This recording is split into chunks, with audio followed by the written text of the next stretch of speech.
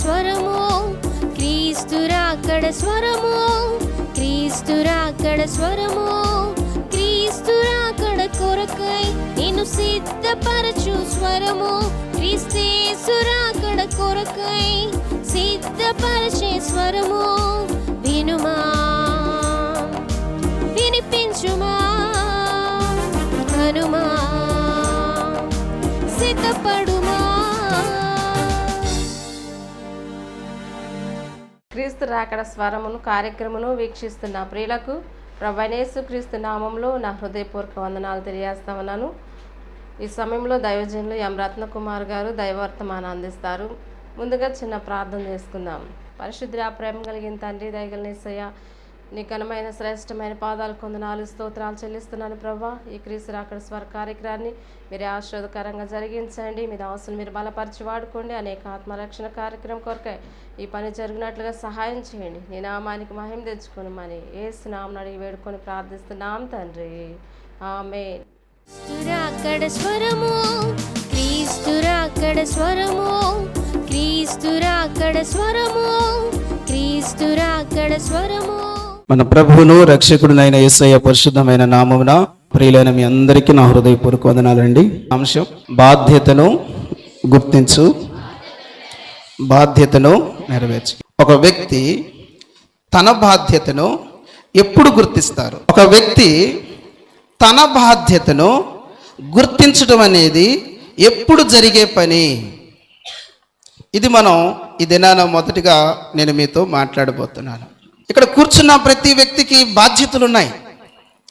బాధ్యతలు ఉండటం వేరు, ఆ బాధ్యతను గుర్తించడం వేరు, ఆ బాధ్యతను గుర్తించిన బాధ్యతలు నెరవేర్చడం వేరు. బాధ్యతను నెరవేర్చాలంటే బాధ్యతను గుర్తించాలి. బాధ్యతను గుర్తించడం అనేది ఎప్పుడు జరుగుతుంది అనేది మనకి ఇప్పుడు చాలా ముఖ్యమైన విషయం.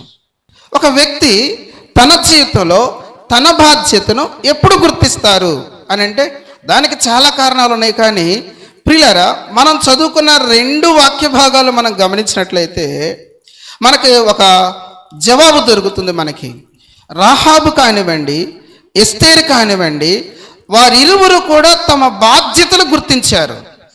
బాధ్యతను గుర్తించి వారు ఇక్కడ మాట్లాడుతున్న మాటలు మనకు కనబడుతున్నాయి. అయితే వారు బాధ్యతను ఎప్పుడు గుర్తించారు? ఒక వ్యక్తి తన జీవితంలో తన బాధ్యతను ఎప్పుడు గుర్తించడం జరుగుతుంది అని అంటే రాహాబు చూడండి, ఎస్తేరు చూడండి, వీళ్ళిద్దరినే మనం ప్రాముఖ్యంగా మనం చూస్తే ఎప్పుడు ఒక వ్యక్తి తన బాధ్యతను గుర్తిస్తారంటే ప్రమాదాన్ని పసిగట్టినప్పుడు బాధ్యతను గుర్తిస్తారు. ఏమంటారు మీరు? అవునంటారా కాదంటారా? ఓకే, ప్రమాదాన్ని గుర్తించిన వ్యక్తి తన బాధ్యతను గుర్తించడానికి అవకాశం ఉంది. ప్రమాదాన్ని గనక గుర్తించకపోతే బాధ్యతను గుర్తించడం కష్టమవుతుంది, నెరవేర్చడం తర్వాత సంగతి.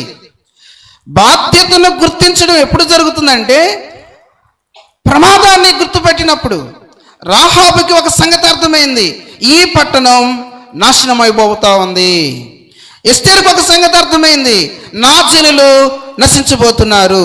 ఈ 2 సంఘటనల్లో మనకు కనబడుతున్న ఒక విషయం ఏంటంటే ప్రమాదాన్ని పసిగట్టారు. ప్రమాదాన్ని పసిగట్టిన వ్యక్తులుగా మనకి వీరిద్దరు కనబడుతున్నారు. ఎస్తేరు జీవితాన్ని చూసినా, రాహాబు జీవితాన్ని చూసినా వాళ్ళిద్దరి జీవితంలో మనకు కనబడుతున్న విషయం ఏంటంటే వారిద్దరు ప్రమాదాన్ని పసిగట్టారు. వారిద్దరే కాదు, అబిగయలు జీవితాన్ని చూడండి, తన ఇంటి మీదకి రాబోతున్న నాశనాన్ని పసిగట్టింది. వెంటనే తాను చేయాల్సిన పని చేసింది. దేవుని బిడ్డలారా, దయచేసి వినండి. ఈ రాత్రి మనం గుర్తించాల్సిన విషయం ఏంటంటే మనము దేవుని పిల్లలుగా బాధ్యతను ఎప్పుడు గుర్తిస్తామనంటే ప్రమాదాన్ని పసిగట్టినప్పుడు. పరిశుద్ధ గ్రంథంలో మనం చూస్తే ప్రియులారా, రాత్రి దేవుని సేవకురాలు జ్ఞాపకం చేశారు యెహోషాబతు కూడా ప్రమాదాన్ని పసిగట్టింది. వెంటనే తాను చేయాల్సిన పని తాను చేసి తన బాధ్యతను గుర్తించింది. నాకెందుకులే అని గనక యెహోషాబతు అనుకుంటే, నాకెందుకులే అని రాహాబు అనుకుంటే, నాకెందుకులే అని కానీ ఎస్తేరు అనుకున్నట్టయితే, నాకెందుకులే అని అబిగయలు అనుకున్నట్టయితే ఖచ్చితంగా నాశనం వచ్చి కూర్చుండేది. వీరెవరు కూడా నాకెందుకులే అనుకోలేదు, మాకెందుకులే అని పక్కన పెట్టలేదు తమ బాధ్యతని. ప్రమాదాన్ని పసిగట్టారు, తమ బాధ్యతలు వారు నెరవేర్చారు. క్రీస్తునందు ప్రియమైన దేవుని బిడ్డలారా, దేవుని బిడ్డగా ఒక రక్షించబడిన వ్యక్తిగా నీ బాధ్యతలను గుర్తించాలనంటే రాబోతున్న ప్రమాదాన్ని పసిగట్టాలి. ఏం రాబోతుంది ప్రమాదం? ఏం రాబోతుంది? నీ భర్త ఇంకా రక్షించబడలేదు. రక్షించబడని వ్యక్తి జీవితాన్ని ముగించుకున్న తర్వాత ఎక్కడికి వెళ్తారు? మాట్లాడండి కొంచెం. నరకానికి వెళ్తారు. నీ పిల్లలు ఇంకా రక్షించబడలేదు. రక్షించబడిన నీ పిల్లలు వారి జీవితం ముగించుకున్నారు అనుకోండి, వాళ్ళు ఎక్కడికి వెళ్తారు చెప్పండి? పరలోకం వెళ్తారా? నరకానికి వెళ్తారు. జాగ్రత్తగా వినండి. ఈ రాత్రి ఒక పాము పిల్ల వచ్చిన దానికంటే, ఏమండి ఒక రోగం వచ్చిన దానికంటే, ఒక సమస్య వచ్చిన దానికంటే, ఏమండి నరకానికి వెళ్ళటం అనేది చిన్నదా పెద్దదా? ఒకసారి ఆలోచన చేయను. ఈ రాత్రి రక్షించబడిన నీ భర్త ఒక రోగం వచ్చి మంచాన పడితే, ఏమండి ఒక సమస్య వచ్చి బాధపడతా ఉండంటే నీకు తిండి తినబుద్ధి కాదు, ఒక పని చేయబుద్ధి కాదు, ఒక ప్రయాణం చేయబుద్ధి కాదు. అన్నీ మానుకొని నీ భర్త కొరకు లేదు నీ పిల్లల కొరకు నువ్వు చేయాల్సిన పని నువ్వు చేస్తావు, బాధపడతావు, నీ బాధ్యతలను నెరవేరుస్తావు. ఏమండి జాగ్రత్తగా వినండి. ఒక రోగం కంటే నరకానికి వెళ్ళటం అల్పమైనదా? ఒక సమస్య వచ్చిన దానికంటే నరకానికి వెళ్ళటం చిన్నదా? ఒక బాధ వచ్చిన దానికంటే నరకానికి వెళ్ళటం అల్పమైందా? నీకు రోగం అర్థమవుతుంది, నీకు బాధ అర్థమవుతుంది, నీకు సమస్య అర్థమవుతుంది. నీ భర్త నశించి నరకానికి వెళ్తాడంటే నీకు కొంచెం కూడా చేమకుట్టినట్లు లేదు. ఏమంటావు? నీ పిల్లలు నశించి నరకానికి వెళ్తారంటే కనీసం నీకు చీమ కుట్టినట్టు కూడా లేదు. నీ భర్త నశించి నరకానికి వెళ్తున్నా కూడా నీకు కనీసం బాధ్యత లేని పరిస్థితిలో నువ్వు ఉన్నావనంటే, నీ పిల్లలు నశించి నరకానికి వెళ్ళే పరిస్థితుల్లో ఉన్నా కూడా నీకు దిగులు లేదు, చింత లేదనంటే అసలు నువ్వు మనిషివా పశువా?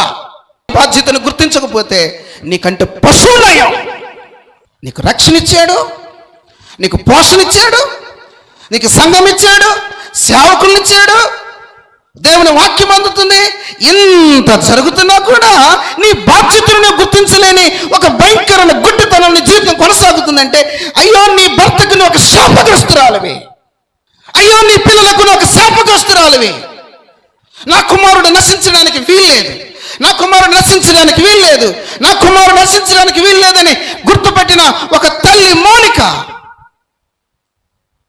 రోజు మార్చి రోజు ఉపవాసం ఉండి తన కుమారుడి కొరకు ఉపవాస ప్రార్థన చేసింది. దేవుని స్తోత్రం.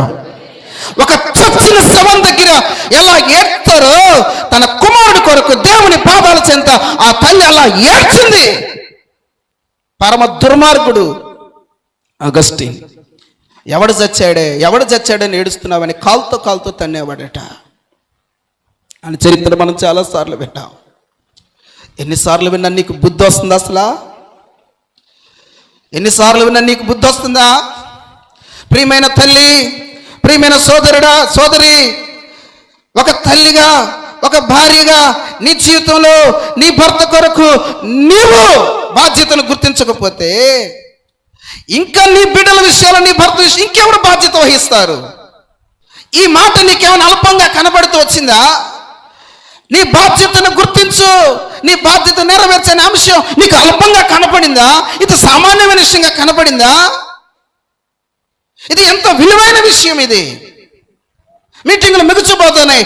ఎప్పటికైపోద్ది ఆటోలు రమ్మన్నాను, ట్రైన్ టైం అయిపోతుంది. నీకు ఈ ఆవే కానీ నా భర్త నశించిపోతున్నాడే, నా పిల్లలు నశించిపోతున్నారే, నా ఇంటి వారు నశించిపోతున్నారని ఆ దిగులు చింత ఏ క్వశ్చన్ నీకు లేకపోతే నిన్ను బాగు చేయగలిగిన వాడు ఎవరున్నారు? ఇక అసలు ఈ మీటింగ్కి వచ్చే ఉపయోగం ఏంటి? నువ్వు తిన్న తిండి వల్ల ఉపయోగం ఏంటి? నువ్వు కూర్చున్న ప్లేస్ వల్ల ఉపయోగం ఏంటి? సేవకులు పడిన ప్రయాసం వల్ల ఉపయోగం ఏంటి? ఇక్కడ బోధించిన బోధలో ఉపయోగం ఏంటి? నీకు నీ భర్త ఆరోగ్యంగా ఉంటే చాలా, నీ భర్త నీకు చక్కగా సంపాదిస్తే చాలా, మంచిగా బట్టలు కొనిపెడితే చాలా, ఇదా నీ దృష్టి? సోదరిలారా, తల్లులారా, రాత్రి నువ్వు ఒక రోషం తెచ్చుకొని ఇక్కడి నుంచి వెళ్ళాలి. దేవుడికి స్తోత్రం. ఒక రోషంతో నువ్వు ఇక్కడి నుంచి వెళ్ళాలి. ఎస్తేరు తన బాధ్యతను గుర్తించింది. రాహాబు తన బాధ్యతను గుర్తించింది. వాళ్ళు ఏం చేశారో తెలుసా? చూడండి, ఎస్తేరు గ్రంథం ఒక మాట చదువుదాం. 8వ అధ్యాయం 6వ వచనం చదువుదాం. 8వ అధ్యాయం 6వ వచనం. నా జనుల మీదకి రాబో కీడును, నా వంశం మీదకి రాబో నాశనమును నేను ఎలాగూ సహింపగలనని. చూడండి పిల్లరా, ఇక్కడ ఎస్తేరు మాట్లాడుతూ ఉంది, తన భర్తతో మాట్లాడుతుంది. ఏమని మాట్లాడుతుంది? నా జనుల మీదకి రాబో కీడును, నా వంశం యొక్క నాశనమును నేను ఎలాగూ సహించగలను. ఆమె ఏం చూస్తుందో తెలుసా? ఇజ్రాయేలు యొక్క గొప్పతనాన్ని చూడట్లేదు, యూదుల యొక్క గొప్పతనాన్ని చూడట్లేదు, ఆమె యూదుల యొక్క తెలివితేటలు చూడట్లేదు, ఆమె యూదుల యొక్క భౌతిక సంబంధమైన స్థితిగతులు చూడట్లేదు, ఆమె యూదుల యొక్క దేవుని యొక్క ఉద్దేశాన్ని చూస్తుంది. నా జనం మీదకి రాబోతున్న కీడు అది ఎంత భయంకరమైనదో ఆమె గుర్తుపెట్టింది. అక్కడ ఆమె అంటున్న మాట, నేను ఎలాగూ సహించగలను. వాటి వండర్ఫుల్ అండి, ఇది ఎంత అద్భుతమైన గ్రహింపోనండి ఇది. నేను ఎలాగూ సహించగలను. ఓ తల్లి, నీ భర్త మీదకి రాబోతున్న కీడును నువ్వు ఎలా సహించగలుగుతున్నావు? నీ పిల్లల మీదకి రాబోతున్న కీడు నువ్వు ఎలా సహించగలుగుతున్నావు? అసలు నువ్వు ఏం చూస్తున్నావు? నీ భర్తలో, నీ పిల్లలలో నువ్వేం చూస్తున్నావు? కేవలం వాళ్ళ ఆరోగ్యం, వాళ్ళ బట్టలు, వాళ్ళ తిండి, వాళ్ళ సంపాదన, వాళ్ళ చదువులు, ఇదేనా? నీ పిల్లలను నువ్వేం చూస్తున్నావు? ఎస్తేరు చూస్తుంది, నా జనుల మీదకి రాబోతున్న నాశనం నేను ఎలాగ సహించగలను. నేను అడుగుతున్నాను, నీ భర్త మీదకి రాబోయే కీడుని నువ్వు ఎలా సహించగలుగుతావు? తన జనుల మీదకి రాబోతున్న కీడును సహించలేక నేను ఎలాగూ సహించదును అంటున్నామే. 4వ అధ్యాయం చదువుకున్నాం మనం. నేను నశించిన ఆమె ఏమంటుంది తెలుసా?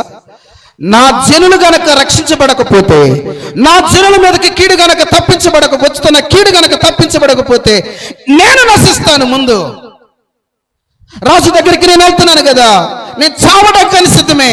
ఏది ఏమైనా నా వంతు నేను నా జనుల మీదకి రాబోయే కీడును తప్పించాలి, ఆ కీడు రాకుండా జాగ్రత్త పడాలి.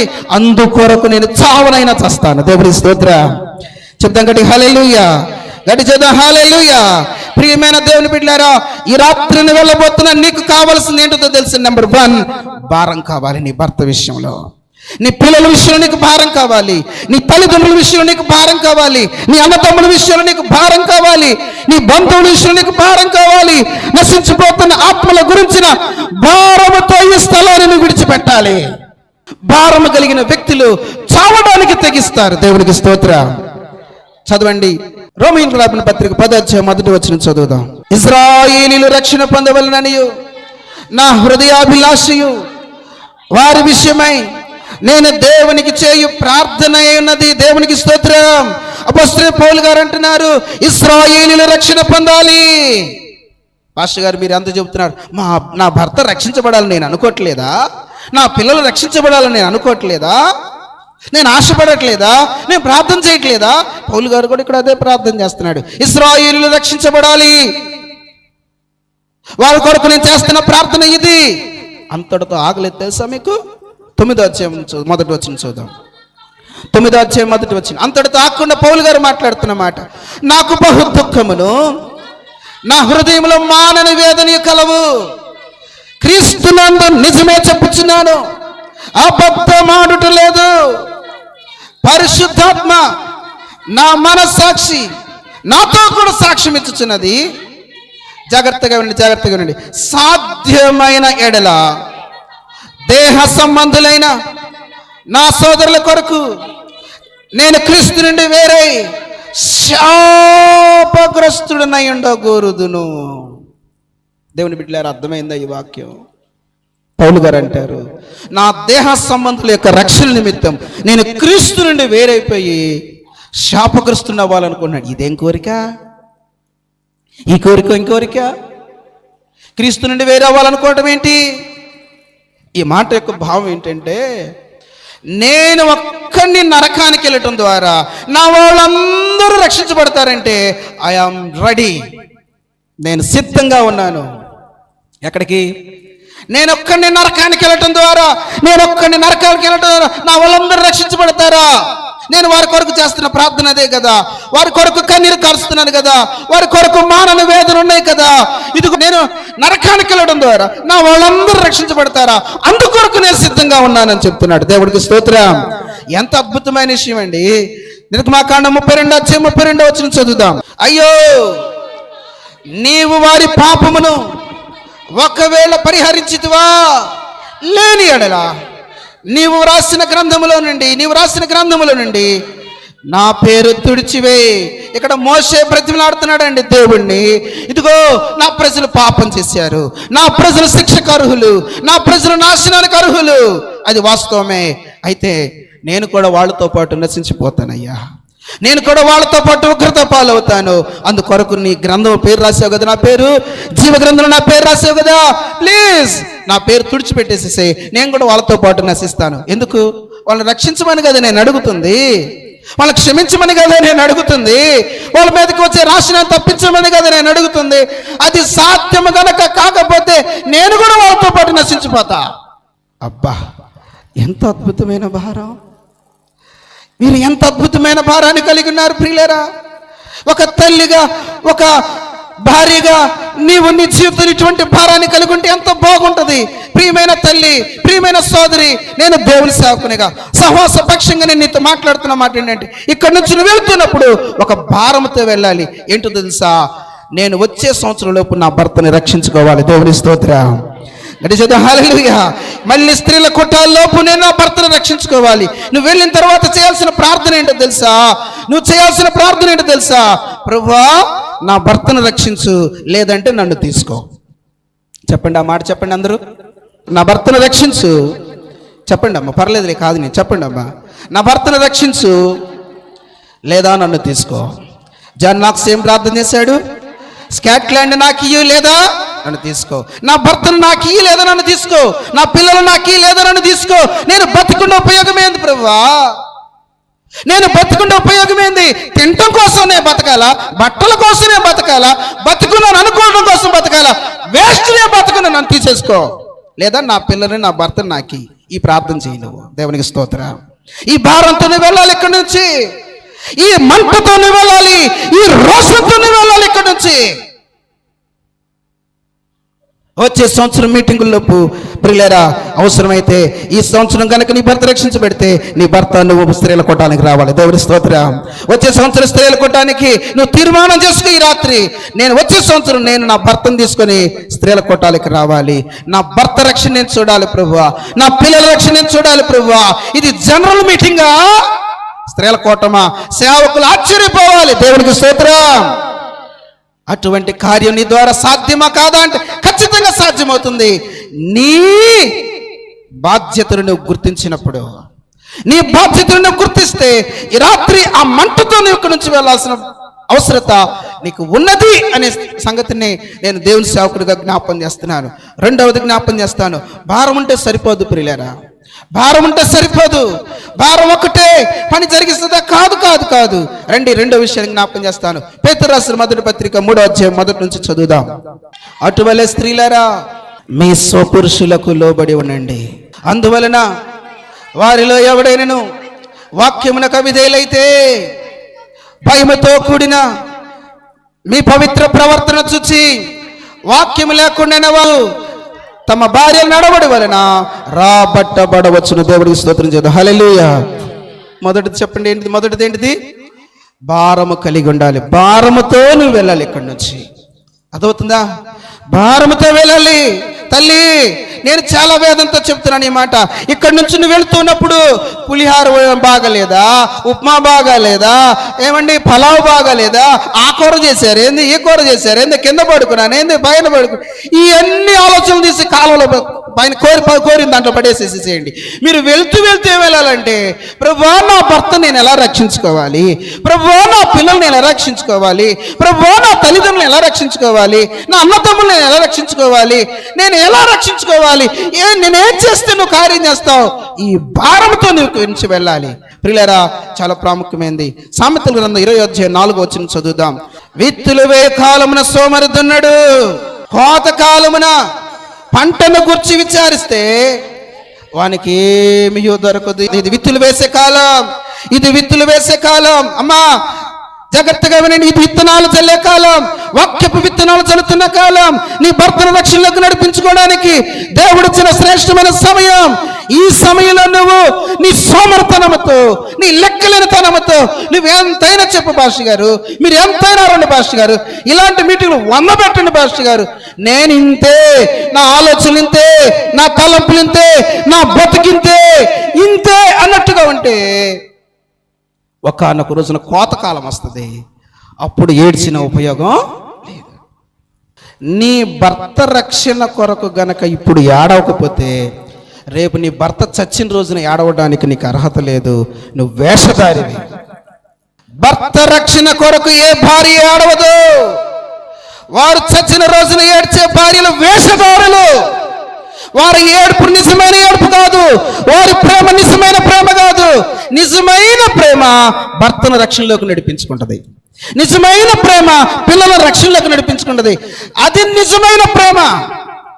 నీ సోమర్తనంతో నీ భర్తను, నీ పిల్లలను, నీ ఇంటి వారిని నరకానికి సిద్ధపరచుకుంటావో, భారాన్ని తెచ్చుకొని నీ బిడ్డలను, నీ భర్తను, ఏమండి నీ ఇరుగు పొరుగు వారిని, ఇంటి వారిని రక్షణలోకి నడిపించుకుంటావో, నీ మీద ఆధారపడి ఉంది, నీ భారం మీద ఆధారపడి ఉన్నది.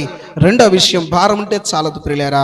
రెండవది, మీటింగుల నుంచి వెళ్ళిపోయిన తర్వాత మీటింగులకు ముందు ప్రవర్తనకి, మీటింగుల తర్వాత ప్రవర్తనకి డిఫరెంట్ కనపడాలి. దేవునికి స్తోత్రం చేద్దాం. హల్లెలూయా చెప్పండి. ఏం కనపడాలి? డిఫరెంట్ కనపడాలి, తేడా కనపడాలి, మార్పు కనపడాలి. నీ ఆలోచనలో మార్పు కావాలి, నీ తలంపుల్లో మార్పు రావాలి, నీ చూపుల్లో మార్పు రావాలి, రోజు నువ్వు చేసే క్రియల విషయాలు, పనుల విషయాలు, ప్రవర్తన విషయంలో మార్పు రావాలి. వినండి జాగ్రత్తగా, సేవకులు పిలిపించి వాక్యం చెప్పిస్తే వాళ్ళు మారరు. నీ ప్రవర్తన ద్వారా వారు మారతారు. నేను చెప్తున్న మాట కాదు, పేతురు భక్తుడు చెబుతున్న మాట అది. వాక్యము లేకుండానే మీ పవిత్ర ప్రవర్తన బట్టి వారు రాబట్టబడవచ్చును. వినండి తల్లులారా, సోదరి విను, నీ ప్రవర్తన నీ భర్తను మార్చిద్ది, నీ ప్రవర్తన నీ భర్తను నరకానికి తీసుకుని వెళ్ళిద్ది. నీ భర్త రక్షించబడటానికైనా, నీ భర్త నాశనం అవడానికైనా, నీ పిల్లలు రక్షించబడటానికైనా, నీ పిల్లలు నాశనం అవడానికైనా, నీ తల్లిదండ్రులు రక్షించబడటానికైనా, నీ తల్లిదండ్రులు నాశనం అయిపోవడానికైనా నీవే కారణం. నీవే కారణం. మార్పు లేని నీ జీవితమే కారణం. మార్పులన్నీ తలంపులే, మార్పులన్నీ ప్రవర్తనే కారణం. అందుకని ఈ రాత్రి నేను దేవుని సేవకునిగా ఏం చెప్తున్నానంటే, నువ్వు మార్పు చెందాలి. నీ ప్రవర్తనలో మార్పు రావాలి, నీ అత్తమామలతో వ్యవహరించే వ్యవహారంలో మార్పు రావాలి, నీ కోడలతో వ్యవహరించే విషయంలో మార్పు రావాలి, ప్రార్థన జీవితంలో మార్పు రావాలి, ఆత్మీయ జీవితంలో మార్పు రావాలి, అనుదిన జీవితంలో మార్పు రావాలి.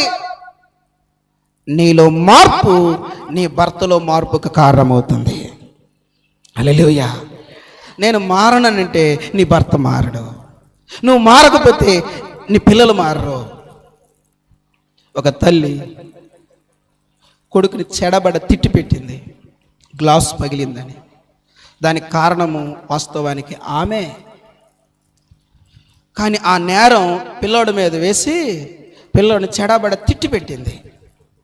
నొచ్చుకున్నాడు, బాగా నొచ్చుకున్నాడు. సంవత్సరాలు గడిచిపోయినాయి, ఆమె రక్షించబడింది. స్తోత్రం చెప్పండి. రక్షించబడిన తర్వాత తన కుమారుడి దగ్గరికి వెళ్ళి అడుగుతుంది, కుమారుడా దయచేసి నన్ను క్షమించు, ఒకనొక రోజున గ్లాసు పగిలింది నా వలన, తిట్టింది నిన్ను నేను తిట్టాను, దయచేసి నన్ను క్షమించు అన్నాడు. తల్లి అడిగింది క్షమాపణ. ఆ కుమారుడిలో హృదయంలో ప్రియులారా చాలా ప్రకంపనలు మొదలైనవి. ఎందుకు అనంటే వాళ్ళ దేశంలో ఏ తల్లి కూడా కుమారుణ్ణి క్షమాపణ కోరే పరిస్థితి లేదు. అలాంటిది తప్పు చేసిన తన తల్లి నన్ను క్షమాపణ కోరటం ఏంటి, ఇది ఎలా సాధ్యమైంది అని అంటే ప్రియులారా ఆమె చెబుతుంది, అయ్యా నేను యేసు ప్రభువుని నమ్ముకున్న తర్వాత నా ఆలోచనలో మార్పు వచ్చింది, నా తలంపుల్లో మార్పు వచ్చింది, నన్ను క్షమించు అన్న తర్వాత ఆ యవనస్తుడు గుర్తించాడు, యేసు ప్రభువుని నమ్ముకుంటే ఒక వ్యక్తి జీవితం ఇంత ఆశీర్వాదకరమైనదిగా, ఇంత దీవెనకరమైనదిగా, ఇంత మార్పు చెందిందిగా ఉంటుందా, అసలు యేసుక్రీస్తు ఎవరు అని ఆలోచన చేయడం ప్రారంభించాడు. ఆ యవనస్తుడు రక్షించబడ్డాడు. దేవుని స్తోత్రం. హల్లెలూయా. కేవలం రక్షించబడటం మాత్రమే కాదు ప్రియులారా, క్రైస్తవంలో ఒక అద్భుతమైన వ్యక్తిగా మార్పు చెందాడు, అద్భుతమైన వ్యక్తిగా జీవించాడు. తెలుసా యవనస్తుడు ఎవరు? వాచ్మెన్ నీ అనే గొప్ప దైవజనుడు. స్తోత్రం చేద్దాం. హల్లెలూయా. ప్రియులారా, ఆ తల్లి జీవితంలో మార్పు రాకపోయినట్టయితే, ఆ తల్లి ప్రవర్తనలో మార్పు రాకపోయినట్టయితే, ఒక తల్లిగా క్షమాపణ కోరుకోపోయినట్టయితే క్రైస్తవ ఒక వాచ్మెన్ ని కోల్పోయి ఉండేది. ఒక తల్లి ఉపవాసాలను ప్రార్థన చేయకపోతే, శవం దగ్గర ఏడ్చినట్టుగా ఒక తల్లి ఆడకపోతే ఒక అగస్టుని కోల్పోయి ఉండేది. ఏమో నీ భర్త ద్వారా క్రైస్తవం ఏ మేలు పొందబోతుందో, ఏమో నీ పిల్లల ద్వారా క్రైస్తవం ఏ మేలు పొందబోతుందో, దాని కొరకు నీ బాధ్యతలను గుర్తించి నీ బాధ్యత నెరవేర్చే ఒక తల్లిగా, ఒక భార్యగా ఉండగలిగితే, దేవుని బిడ్డలారా, వారి పట్ల దేవుని ఉద్దేశాలు నెరవేరుతాయి. వారు దేవుని చేతిలో గొప్ప సాధనాలు అయ్యారే అనుకో, ఆశీర్వాదం నీది కాక ఇంకెవరిదవుతుంది? ఆ కుమారుడు చెప్పాడు కదా, నా తల్లి కన్నీటి ప్రార్థన ప్రవాహంలో యేసయ్య పాదాల చెంతకు నేను కొట్టుకొచ్చానని చెప్పాడు కదా. నా తల్లి క్షమాపణ నాలో దేవుని వైపు చూడటానికి యేసుక్రీస్తు నమ్ముకోవడానికి కారణమైందని చెప్పాడు కదా. వారు చెప్పందే ఆ తల్లుల సంగతి ఇంకెవరికైనా తెలుసా? తెలియదు కదా. తల్లి, ఈ రాత్రి ఈ రెండు విషయాలు గుర్తుపెట్టుకో. ఇక నేను ఎక్కువ విషయాలు చెప్పడానికి ఆశపడట్లేదు. పరిశుద్ధాత్మ దేవుడు ఈ రెండు విషయాలు నీ హృదయంలో ముద్రించాలని ఆశపడుతున్నాడు. ఒకటి, నువ్వు భారము కలిగి ఉండాలి. రెండవది, నీ ప్రవర్తనలో మార్పు రావాలి. ఈ రెండు గనక జరగకపోతే నేను అంటున్నాను, అసలు నువ్వు బతుకుండటమే వేస్ట్. నువ్వు బ్రతుకుండటమే వేస్ట్. మోకరించండి, ప్రార్థన చేసుకుందాం. ఈ రాత్రి వేళ ప్రభువా, నా హృదయంలో భారం దయచేయి. ప్రభువా, నా హృదయంలో భారం దయచేయి. నేను ఎన్నో విషయాలు మార్పు చెందాల్సింది ప్రభువా. నా భర్త దగ్గర నేను అవిధేయురాలిని ప్రభువా. నన్ను క్షమించవా, నన్ను భారంతో నింపువా ప్రభువా. నా ప్రవర్తనలో మార్పు తీసుకురావా, నన్ను క్షమించవా అని ప్రార్థన చేయి. ప్రభు నీకు సహాయం చేయడానికి సిద్ధంగా ఉన్నాడు. ప్రభువా, నన్ను నూతన పచ్చని ప్రార్థన చేయండి. మనం ప్రార్థన చేసుకుందాం.